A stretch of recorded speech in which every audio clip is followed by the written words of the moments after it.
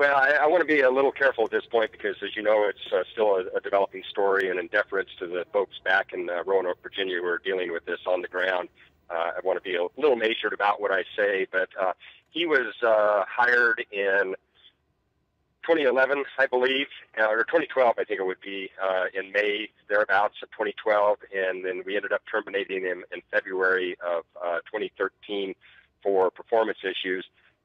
He had leveled a rather long series of complaints against coworkers nearly from the beginning of his employment at the TV station. That really had nothing to do with his termination.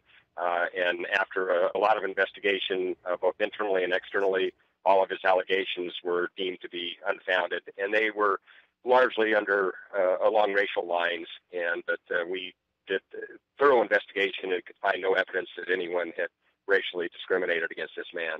I did. I actually brought Adam over from the television station production department into the news department first as a part-time photographer. He was such a quick study and just a great young man that he was eventually promoted while I was news director there to be the morning photographer. Allison was an intern at the station. I didn't have a whole lot of dealings with her. I knew who she was.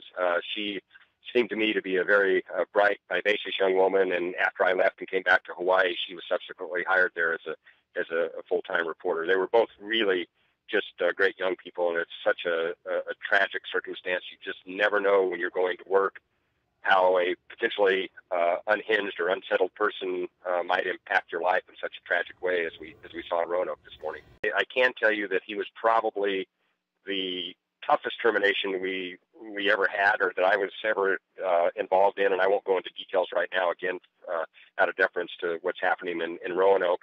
But it was a really tough termination, and it was the only time, I will tell you, that it was recommended that I have a police escort out of the building in a termination procedure, and did have it.